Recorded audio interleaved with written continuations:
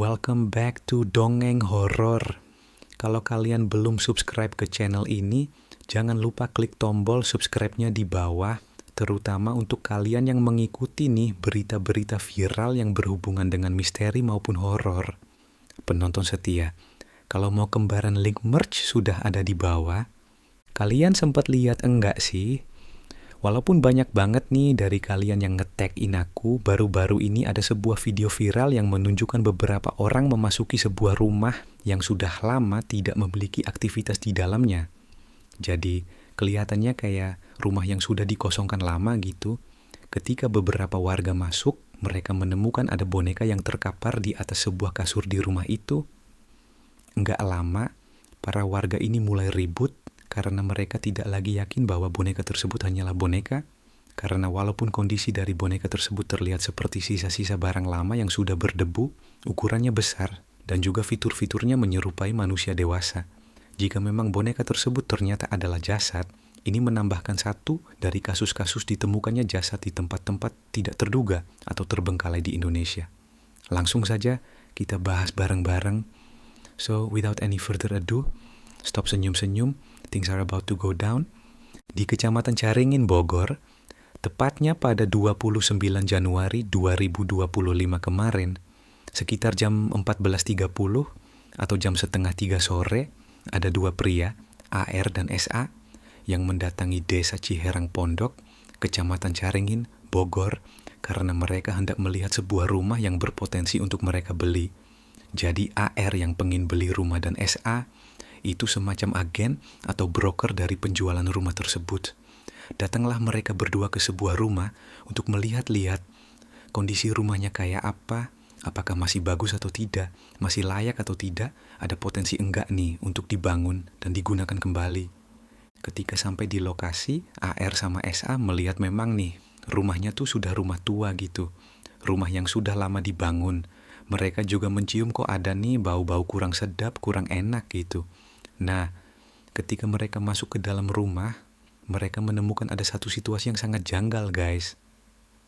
Jadi ada sebuah sosok yang terlihat seperti seorang perempuan dewasa dalam kondisi yang sudah dipenuhi abu, namun masih terlihat fitur-fiturnya, termasuk rambutnya yang terurai panjang, posisi tangan yang berada di samping kepala, dan kaki yang terbuka. AR dan SA pun mulai memberitahu beberapa orang sekitar yang datang untuk melihat sosok itu bersama. Upon further investigation, ketika mereka semua mencoba untuk menginvestigasi dan mengira-ngira kira-kira sosok ini tuh apa, mereka sempat berpikiran bahwa mungkinkah ini adalah boneka dewasa, karena memang proses pembusukannya terlihat tidak memiliki kayak binatang-binatang kecil, belatung, atau proses alam normal yang biasanya terjadi pada jasad manusia.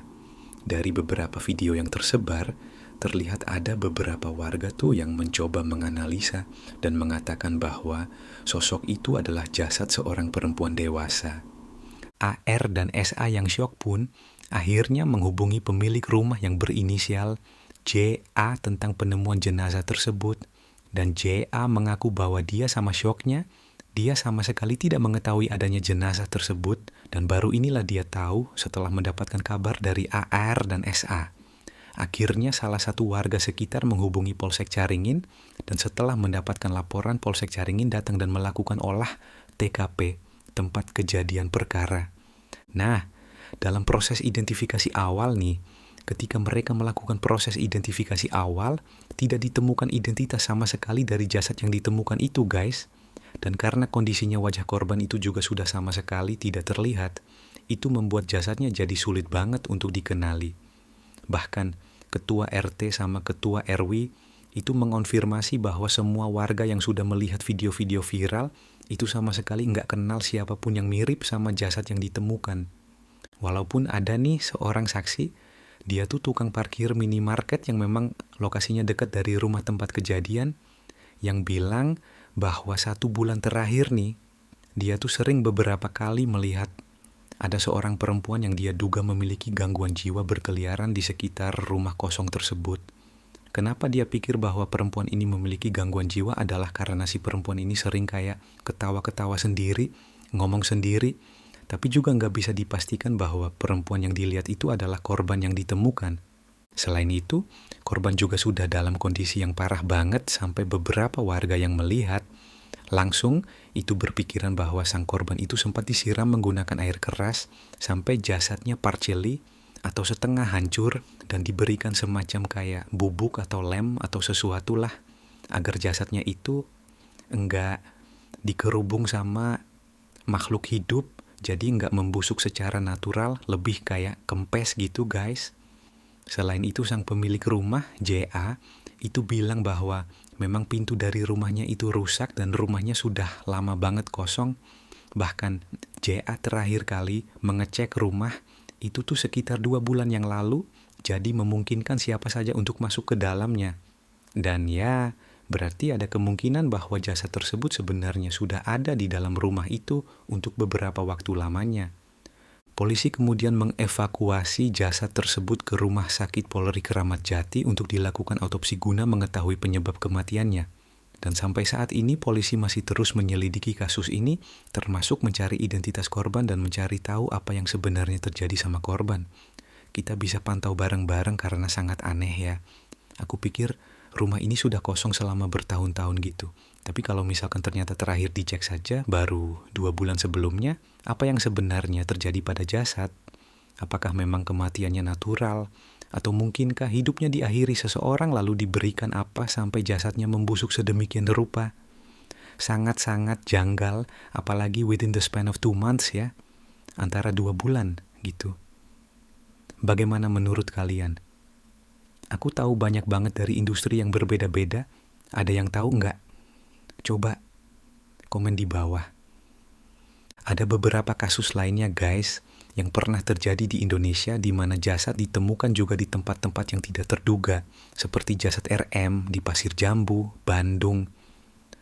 9 September 2024 jam 9 pagi, 3 warga dikejutkan dengan penemuan jasad dari seorang pria dewasa, tepatnya pria Parubaya di salah satu unit villa di Desa Tenjolaya, Kecamatan Pasir Jambu, Bandung.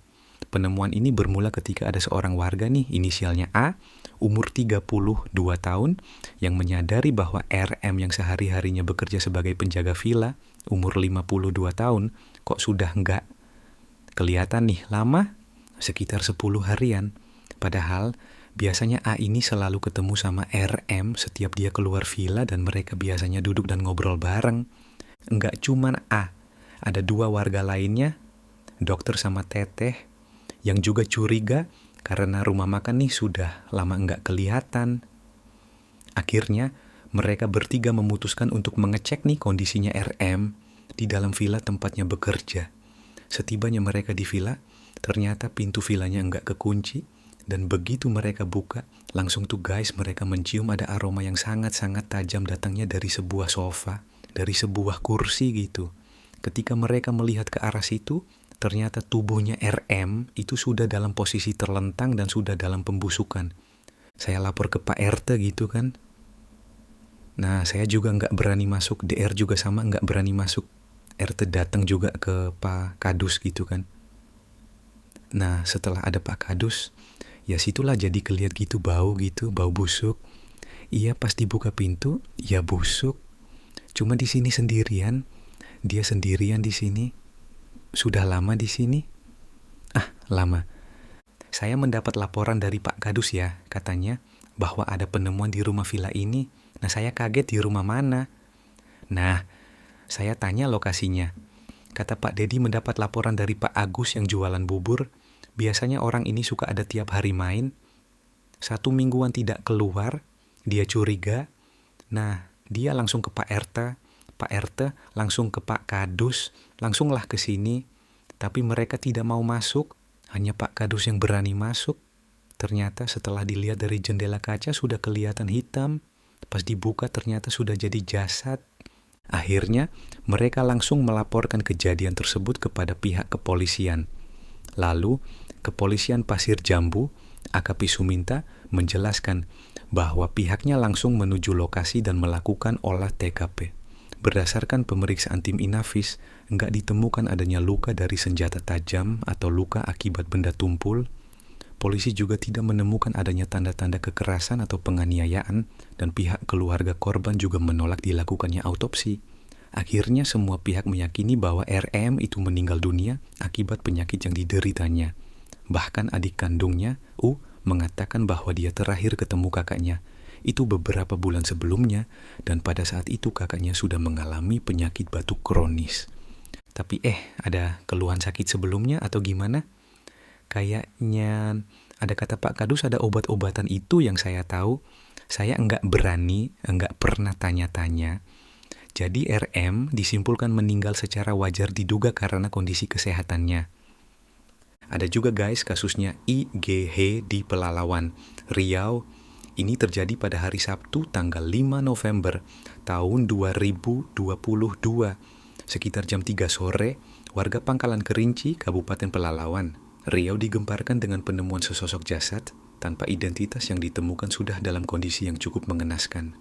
Jadi pertama penemuannya itu karena ada beberapa anak-anak nih.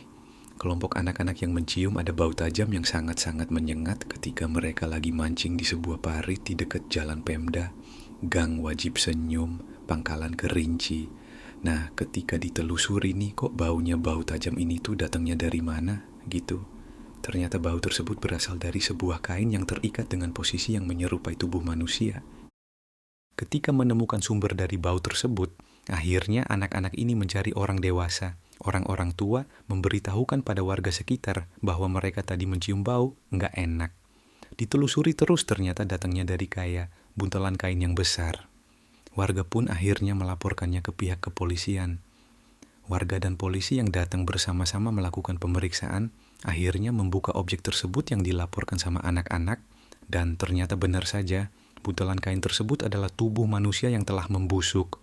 Jasad tersebut ditemukan sudah dalam kondisi tertutup karung putih pada bagian kepala dan tergeletak di dalam parit di dekat semak-semak belukar. Dievakuasilah jasad tersebut dan dibawa nih ke Rumah Sakit Bayangkara Pekanbaru untuk dilakukan visum biar ketahuan gimana jasad kehilangan nyawanya. Setelah penyelidikan lebih lanjut, pihak kepolisian akhirnya berhasil mengetahui identitas dari jenazah tersebut. Jenazah adalah IGH, seorang remaja berusia 13 tahun yang tercatat sebagai warga dari Jalan Arbes, Gang Arjuna, Pangkalan Kerinci Timur, Kecamatan Pangkalan Kerinci. Dan IGH diketahui sebagai salah seorang siswa yang putus sekolah. Nah, polisi pun mencari dong orang-orang yang melakukan ini kepada IGH. Akhirnya ditelusuri tuh dari sekolahnya, dari siapa saja yang mungkin punya masalah sama dia, dan polisi menangkap 5 orang. RD umur 14 tahun, RZ 14 tahun, PJ 13 tahun, YB 36 tahun, dan EV 21 tahun. Diinterogasilah 5 orang tersebut kayak apa yang sebenarnya terjadi sama IGH dan apa yang kalian lakukan pada IGH. Dan mereka mengungkapkan bahwa ternyata YB yang paling tua di antara mereka tuh yang umur 36 tahun itu punya dendam personal. Jadi dia sakit hati terhadap IGH. Jadi awalnya YB sama IGH itu mencuri sebuah sepeda. Sepeda tersebut kemudian mereka jual dan uangnya dibagi 2 untuk membeli sabu. Akhirnya IGH bersama kelima pelaku menggunakan sabu tersebut bersama-sama di sebuah rumah. Dan setelah uang dan sabunya habis, IGH tiba-tiba mengeluarkan kata hinaan kepada YB berkali-kali. YB sakit hati, kemudian memukul IGH dengan parang dan juga palu besi sampai dia kehilangan nyawanya di tempat. Akhirnya, YB beserta 4 orang yang ada di sana membantu membungkus jenazahnya IGH menggunakan kain korden dan juga plastik sebelum membuangnya ke parit. He is 13. Wah, ini gila banget sih. IGH 13, RD 14, RZ 14, PJ 13. Apa yang dilakukan orang 36 tahun mengonsumsi narkoba bersama anak-anak kecil? Semoga dia diadili paling parah sih.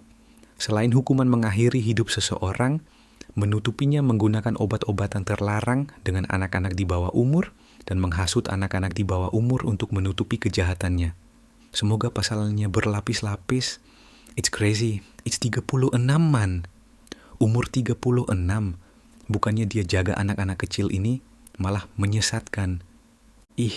Dan yang terakhir yang kita bahas untuk video kali ini, adalah penemuan kakek dan nenek yang ditemukan di Bogor. Ini sebenarnya lumayan heartbreaking sih, karena di headlines berita tuh kayak kakek nenek di Bogor ditemukan membusuk di rumah, anak entah di mana. Jadi ada sepasang lansia HT berusia 83 tahun dan istrinya RT 73 tahun yang tinggal di Desa Singasari, Kecamatan Jonggol, Kabupaten Bogor, Jawa Barat.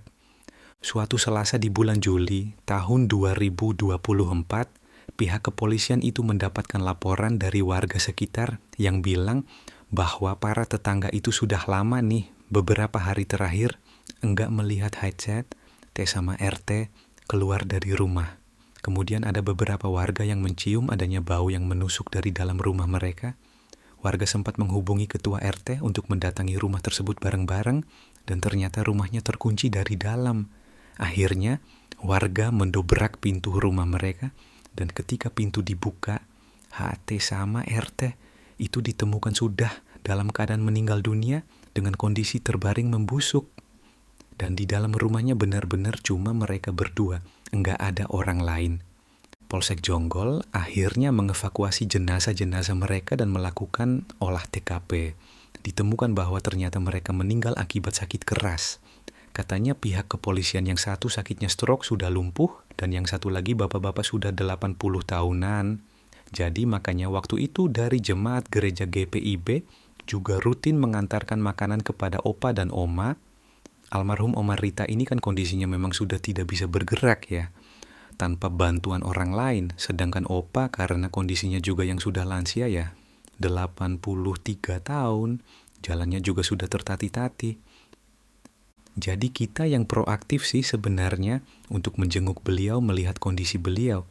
Kalau menjenguk langsung memang dalam minggu-minggu terakhir tidak ada, cuma terakhir itu warga kita ada melihat di sekitar tanggal 8 Juli, ya, hari Senin 2024. Nah, di situ kita masih melihat opa masih berjalan keluar. Kemudian setelah itu beberapa hari kan tidak terlihat. Dan dari security menginfokan ke kita pengurus RTE. Nah, dari situ kita coba berikan instruksi kepada security untuk mengecek ke rumah beliau. Dipanggil, tidak ada respon, tidak ada jawaban. Dan kemudian hari Jumat malam, tanggal 12 itu saya beserta Pak RTE dan juga 2 warga lain itu mencoba langsung datang ke situ. Kita coba gedor juga dan tidak ada jawaban juga. Kita sudah sampai apa, naiklah ya apa, kita cari pijakan yang lebih tinggi untuk mencoba mengintip ke dalam, tapi tidak ada kelihatan apa-apa juga. Dan kita coba mencari aroma-aroma yang mencurigakan dan tidak tercium apa-apa juga. Hari Jumatnya saya dan Pak R berdiskusi, kita putuskan ya, kita hubungi dulu keluarganya, baik anaknya maupun siapapun yang bisa kita kontak gitu ya. Dan kalau memang sampai besoknya tidak ada, kita putuskan untuk membongkar. Nah, pada saat itu kita terhubung dengan adik dari almarhum opa, karena anaknya kita kontak juga tidak ada respon. Nah, dari adik dari almarhum opa kita minta izin kalau memang sampai besok kita tidak dapat informasi atau update mengenai keberadaan opa dan oma, kita minta izin opa, kita mau bongkar, kita mau cari tahu apa yang terjadi. Jadi hari Sabtu pagi itu kita lakukan pembukaan rumah dari almarhum, seperti video yang sudah viral sekarang. Nah, jadi ada narasi di dalam video itu yang menyatakan bahwa sudah sebulan tidak terlihat oleh tetangga. Itu kita mau klarifikasi bahwa sebenarnya itu hanya 2 hari tidak terlihat. Akhirnya mereka dimakamkan oleh pihak gereja dan keluarganya, dan dikatakan bahwa keluarganya sudah menerima kejadian ini sebagai musibah. Itulah tadi beberapa kasus penemuan jasad yang sempat gempar dibicarakan di media sosial. Dan sebenarnya banyak kasus-kasus lainnya ditemukannya jasad lansia atau orang-orang yang hidup sendirian yang meninggal karena penyakit atau natural causes, tapi jasadnya ditemukan di kemudian hari karena ya nggak ada yang mengecek, nggak ada yang menanyakan. Jadi mungkin video ini juga mengingatkan kita ya, kalau misalkan kita punya kerabat, saudara, om, tante, atau kakek nenek yang sudah usianya lanjut atau masih muda, tapi hidup sendiri untuk kita berikan perhatian lebih. Mungkin itu saja yang heartbreaking hari ini. Kita masih bisa juga pantau kasusnya yang pertama, karena kalau misalkan itu adalah kejadian yang sengaja, harus dicari siapa yang bertanggung jawab. Setuju enggak? Terima kasih semuanya yang sudah nge-tag in aku di video-video yang viral di media sosial untuk dibahas. Komen di bawah kira-kira next time mau bahas apa, dan jangan lupa ada 4 video minggu ini, jadi pantengin. Dan untuk yang seram-seram nanti kita ketemu lagi ya hari Jumat. Jangan lupa subscribe karena aku enggak sabar untuk ketemu kalian. Bye-bye.